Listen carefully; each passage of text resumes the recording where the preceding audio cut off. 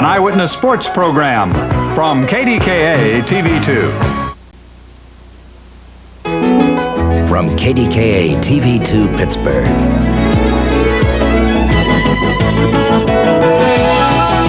This is Eyewitness News Update. Good evening. Is Pittsburgh crime on the rise? Nationwide trends show crime on the decrease, and that has also been reflected here in Pittsburgh until now. Crime is once again on the increase this year. Ralph Iannotti has the story. The things that were taken were of very minor value. It was very evident that it was probably a young person. John and Ann Canning came home one day recently to discover that their house had been broken into and burglarized. The fact that just a couple of antique clocks were stolen did not make the crime any easier to live with. I have two daughters, 8 and 10, and they sometimes arrive home a half hour before I do from work, and the thought occurred to me, what if they walked into the house and a burglar, whatever his intent was, if it was a surprise, then what would that person then turn and do? Pittsburgh police say during the first quarter of this year, there's been an overall 5.5% increase in the number of burglaries and robberies reported. It's too early, however, to say if that's a temporary trend or if 1985 will end up more crime-filled in Pittsburgh than recent years. The Bureau of Justice Statistics says nearly 1 out of every 4 American households was touched by violent crime last year. It sounds like a lot, but the government explains it's a downward trend, evident since 1975, when 33% of all households saw a burglary, auto theft, robbery, or assault. A breakdown of Pittsburgh statistics reveals a marked decline in burglaries during the past decade, from 5,500 to 4,600, while robberies during the same period were up, from 2,700 to nearly 3,200. Today's burglar is getting a little more sophisticated. He's taking primarily what he can put in his pockets or in one pillowcase or one small suitcase. According to the Bureau, in 1984, nearly 23 million households experienced crime. That's 800,000 fewer, however, than in the previous year. Ralph Iannotti, TV2 Eyewitness News Update. While the number of reported burglaries in Pittsburgh went down 15% from 1975 to 84, the property value of the thefts went up from about $2.5 million to nearly $5 million. The 4 Duquesne University basketball players charged with rape still face one final legal hurdle, a secret school hearing today. The 4 were cleared of rape charges in the courts last month, but now face possible disciplinary action from the university. Their admissions of sexual encounters with a female Wilma Boyd student will be judged against the school code. They could receive a simple warning, a formal reprimand, or expulsion. The 4 were benched from the team following their arrest. The university still has to decide if they will be allowed to play college basketball again. Canadian and American police have joined forces for a massive manhunt in the west and northwest. Joseph Mengele. People say they knew a man called Peter who lived in that area, and now they recognize him as Mengele. Police in Brazil wish they could be so sure. They're still conducting hours of painstaking tests on the bones, the hair, and other remains of a drowning victim believed to be Mengele. Mengele has been blamed for the deaths of 400,000 Jews in World War II Nazi concentration camps. Yesterday, Defense Secretary Caspar Weinberger said that members of the alleged Walker family spy ring, quote, should be shot, end quote, if convicted. He just says that he's tired of flying. Big airline merger in the news tonight. TWA and Texas Air, the parent company of Continental Airlines, will become one. Texas Air has agreed to put TWA, has agreed to buy TWA, I should say, for $794 million. Under the agreement, TWA would keep its present identity and management and would avoid an unfriendly takeover by New York investor Carl Icahn. TWA would then become one of America's largest air carriers, second only to United. Well, you've heard of food shortages and gasoline shortages, but now the city of Pittsburgh's supply of traffic tickets is running on empty. Yes, police super dangerously low and could even run out by the end of this week. Police may have to borrow tickets from the meter maids, and the city is even willing to pay a courier to absolutely positively make sure the tickets arrive here. The city issues about 550 tickets a day and now has a supply of between 2,000 to 3,000 at the 9 police precincts. 14-year-old Elizabeth Burns of Norman, Oklahoma, remains in critical condition tonight at Presbyterian University Hospital here in Pittsburgh. She is the youngest person in the United States to ever undergo a heart-lung transplant. And today, Kimberly Adams spoke with Elizabeth's father about the decision to have the transplant. There are no other options. We've been told that since she was born, that she would not survive. That was the initial reaction, because transplantation 14 years ago was a thing of dreamers.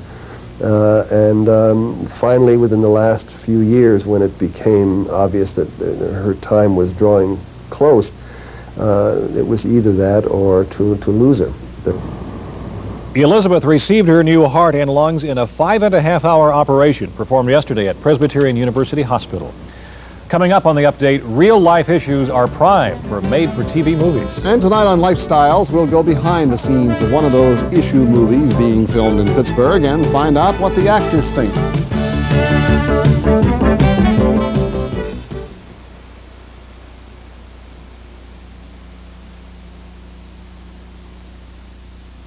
Once there was a golden age when doing something well was its own reward.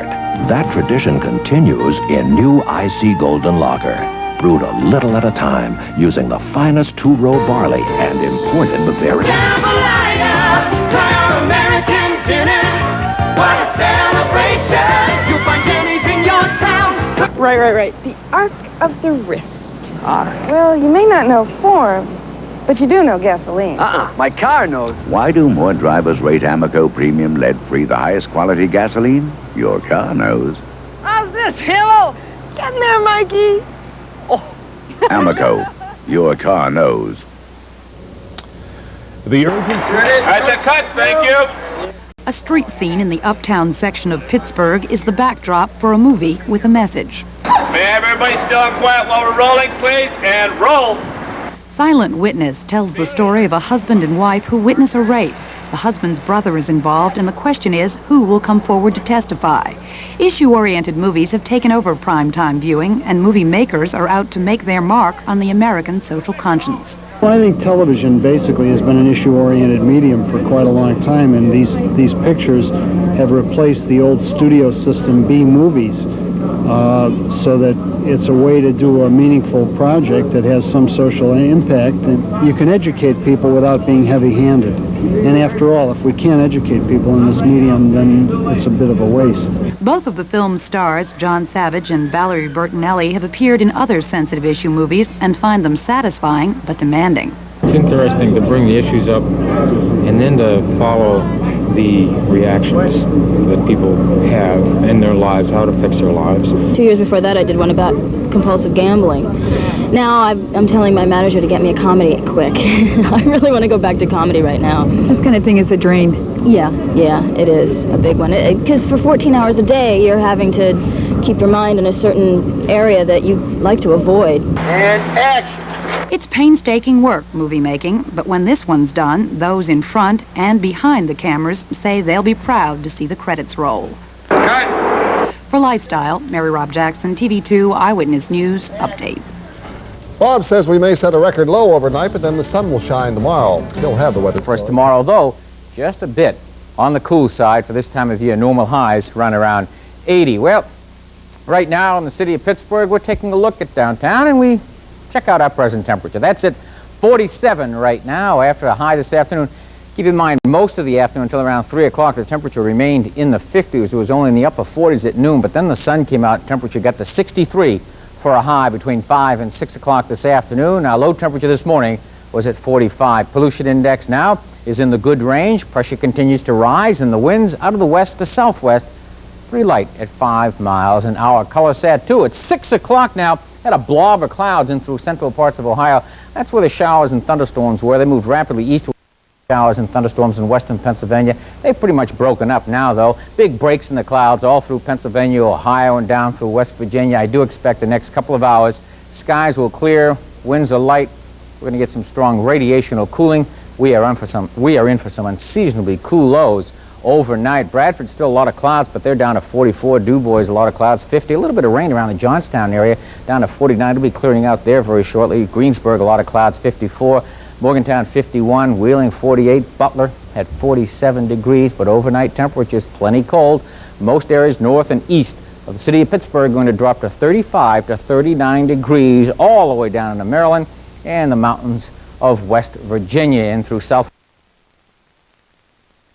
More than that elsewhere in northern parts of West Virginia as the high moves off to the southeast. The front that came through here way back has moved into central parts of Florida, setting off an awful lot of rain down there. They need it, and they're getting a lot of showers and thunderstorms. We have some scattered showers around here, but in the next couple of hours, they will be long gone as skies clear. The high moves off the east coast tomorrow. More showers developing back and through the plain states. Looks like we could have some rain over the weekend. John Parisi will be here at 6:55 in the morning. He'll update you on all this weather, but I think we're in for a rainy Saturday morning and early afternoon, and maybe we'll break out and have some pretty decent weather on into Sunday. 50s and 60s in the northeast, 70-degree weather tomorrow afternoon. Southwestern Pennsylvania, the heat wave is long gone in the southeast. Temperatures today in the 80s, and once again tomorrow, temperatures in the 80s. Upper air winds over the weekend out of the west. That means things should continue to warm up right on through Saturday and Sunday. Here's my forecast now for Pittsburgh and the surrounding area. Clearing skies and cold. That temperature 40. We clear out very rapidly. Could drop on down to around 36 or 7 degrees, but no frost. Don't worry about that. Tomorrow, mostly sunny and warmer, cool in the morning, 70 during the afternoon hours. Looking forward to the weekend. Here it is. Saturday, a few showers around, 74.